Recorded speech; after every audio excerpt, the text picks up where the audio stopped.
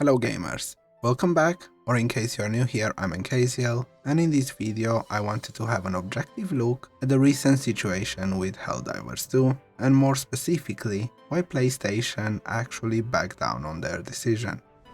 This is a story of corporate greed, unhinged individuals, and how standing with the community is something that Sony will not tolerate from their employees, or even from the employees of their partners.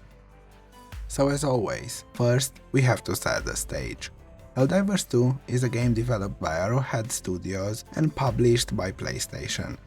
The game launched on Steam globally back at the beginning of February 2024 and received an exceptionally good reception from the gaming community.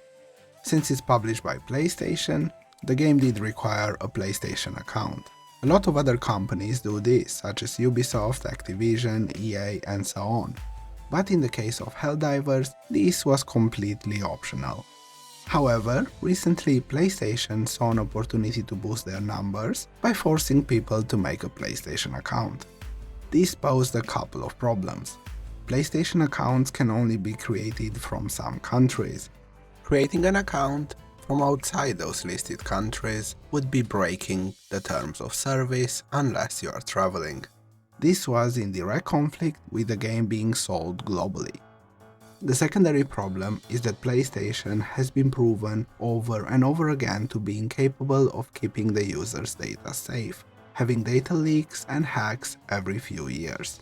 Because of these two major issues, some players would be unable to continue playing without breaking the terms of service, and some were unwilling to give their details to Sony, since there is no certainty that their information would be safe.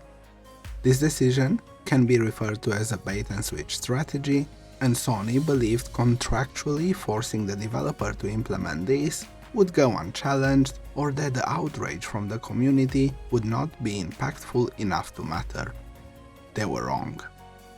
While people on the internet very rarely come together and agree on things, this time gamers did, and the community rallied up against this change.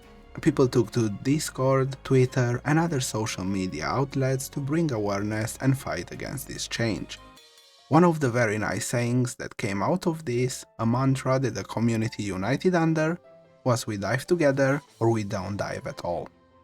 Sadly, anyone that has been a gamer for more than 5 minutes will probably know that companies like Sony, especially Sony, double or triple down on bad ideas. There is only a handful of times where decisions were retracted because of player feedback in the whole gaming industry. So this brings us to why was it different this time, and why did Sony actually back down? There is no simple answer to this question. There are always multiple factors, but I will try to highlight what I believe to be the leading causes for this. One of the most popular social outlets nowadays is Discord. So people went to Discord and complained about these changes, which is normal. However, Arrowhead were not the ones forcing these changes, so they were powerless to change them. Their community managers tried to explain what benefits these changes will bring, as they should, because they are employees representing the company, so their job is to represent the company side to the player base. But at the end of the day, these were changes that they didn't want either. So they explained to people that complaining on Discord will end up doing absolutely nothing, and directed people to voice their opinion using Steam support and Steam review system, which a surprisingly amount of people did. Of course, with a lot of people, there is a lot of bad too. The terminally online, for example. Often extremely unhinged individuals that come out of the woodwork whenever something goes wrong. They unreasonably hurl the insults and personal attacks at the people working at Arrowhead, but these less than human individuals are not worth focusing on or even being given the spotlight. I decided to mention them because it is important to highlight how hard and mentally draining the job of working as a community manager at Arrowhead was over this period, and how they were stuck between Sony and the community with no fault of their own. Anyway, the game went from overwhelmingly positive down to under 15% positive reviews in a matter of days. Steam also quickly responded to the situation and removed the game from affected countries. They also potentially initiated talks about refunds with Sony, which more or less not only hurt their potential future revenue, but also could see Sony losing money. As you can imagine, all this was probably extremely heartbreaking for the people at Arrowhead that spent so much time and effort creating this game, just for their work to be torn down by some corporate imbeciles in a matter of days. But on the bright side, this effectively gave Arrowhead the ammunition they needed to push back against these changes and force Sony to back down. While the overall outcome of this situation can be considered good, one person paid the price for this, and I think it's worth mentioning their situation as well.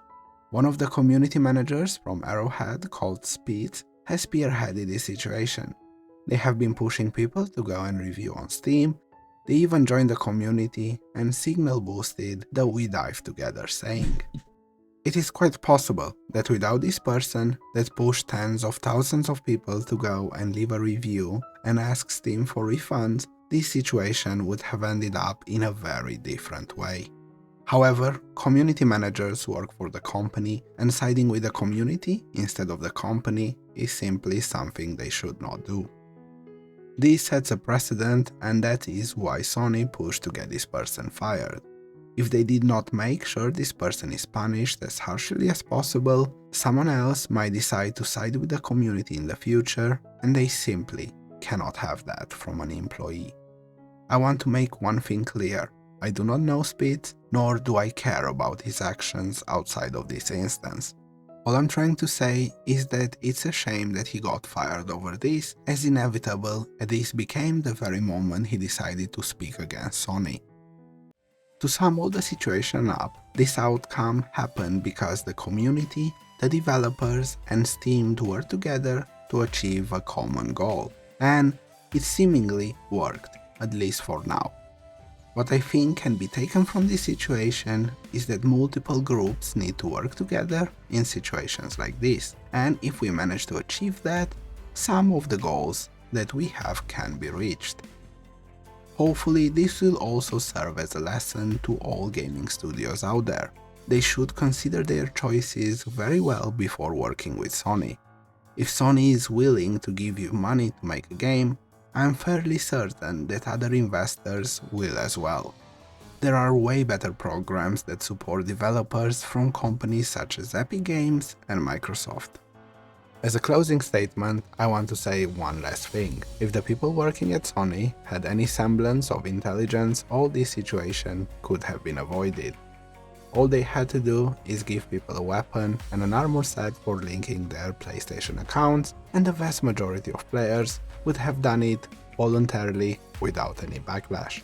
A win-win situation that has been done many times before by many other gaming companies. Sadly, the situation with Helldivers speaks volume about the competency of Sony executives.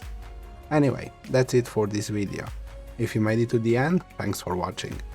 Feel free to let me know if you see things differently. Like, subscribe and all that jazz, or don't. See you in the next one, gamers.